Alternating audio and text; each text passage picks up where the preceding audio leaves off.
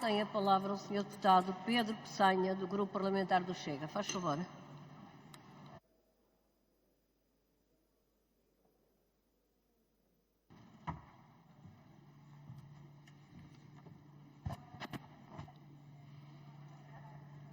Muito obrigado, Sra. Presidente, senhoras e senhores deputados.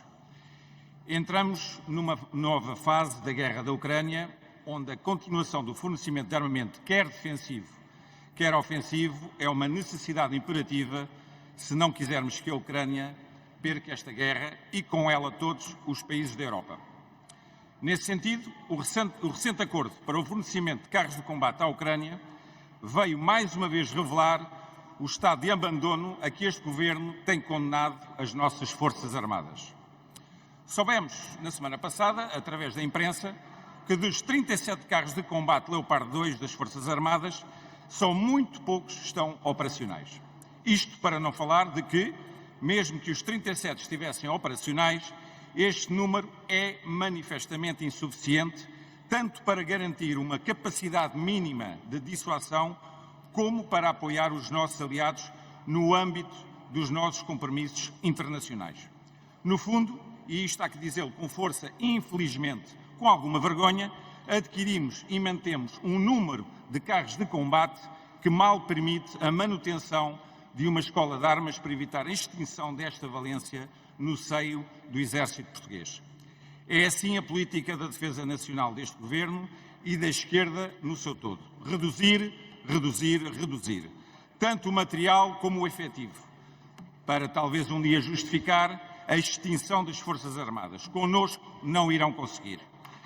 Na Marinha, por exemplo, um país responsável por uma área marítima de busca e salvamento de mais de 5 milhões de quilómetros quadrados.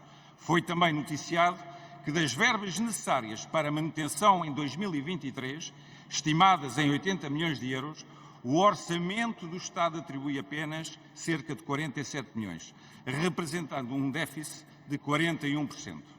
A falta destes 33 milhões de euros este ano ameaça a manutenção dos recursos navais, causando o desgaste e a inoperacionalidade dos principais meios da Marinha, colocando mesmo em causa os nossos compromissos para com a NATO.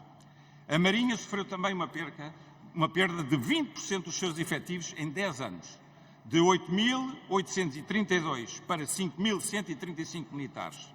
Se a tendência continuar em 2027, o ramo não terá praças disponíveis para embarcar. Segundo um estudo da Marinha, 57% dos militares deixam as Forças Armadas porque são mal pagos. Na globalidade dos três ramos, em 2012, havia cerca de 38 mil militares nas Forças Armadas. Em 2021, só havia 28.800. A redução total de militares foi de 24%. Nesta sangria de recursos humanos, o Exército é o ramo mais penalizado, tendo neste momento um déficit de cerca de 4 mil elementos em relação ao que deveria ser o seu real efetivo. É neste cenário de quase desmantelamento das Forças Armadas, com um conflito de alta intensidade a ameaçar toda a Europa, que o Sr. Primeiro-Ministro rasga o compromisso assumido com os nossos aliados de investir 2% do PIB na defesa já em 2024. Adiando esse objetivo de uma forma irresponsável, no nosso entender, para o final da década. Isto, apesar do enorme esforço que os nossos parceiros e aliados fazem para aumentar o investimento na defesa coletiva do continente europeu. Foi triste, foi constrangedor ouvir o Sr. Primeiro-Ministro afirmar que só aumentaria o orçamento da defesa se existissem ajudas europeias nesse sentido.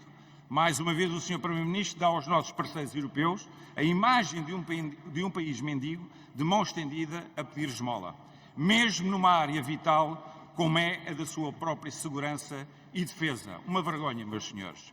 Os antigos combatentes, também eles, não escapam a esta política, abandonados, ostracizados, acusados pela esquerda de um crime que foi servir Portugal.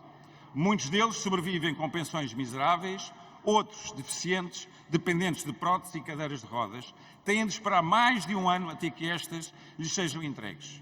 Isto tudo perante a indiferença do governo do país, que um dia juraram defender, mesmo que isso implicasse o sacrifício da própria vida. Voltando ao conflito da Ucrânia, os tristemente conhecidos helicópteros Kamov, comprados quando o Sr. Primeiro-Ministro era Ministro da Administração Interna, num negócio que custou 348 milhões de euros ao Estado, mas parados desde 2018 por vários problemas, sendo o maior a falta de manutenção. Continuam à espera de serem entregues ao governo ucraniano, apesar da pompa e da propaganda do anúncio da sua cedência há mais de 3 meses. A defesa nacional é um tema de tal importância que não pode ser só um lugar comum de boas intenções, reconhecimentos vagos e palavras ocas. A defesa nacional precisa de uma vontade política imediata que recupere uma indústria nacional de defesa e que garanta a recuperação dos seus efetivos, a modernização do seu equipamento, a capacidade para manter de forma contínua a sua prontidão. Só assim teremos forças armadas reais e eficazes e não apenas, como atualmente, uma ilusão de forças armadas sem capacidade nem eficácia. Este governo é também o governo da geringonça que o antecedeu. Tem tudo feito para menosprezar e enfraquecer as nossas forças armadas de Portugal. O Chega tudo fará para que Portugal tenha umas forças armadas verdadeiramente modernas e bem equipadas, onde os seus militares, elementos essenciais na defesa da pátria, sejam devidamente respeitados e valorizados. Muito obrigado. Muito obrigada, Sr. Deputado. O Sr.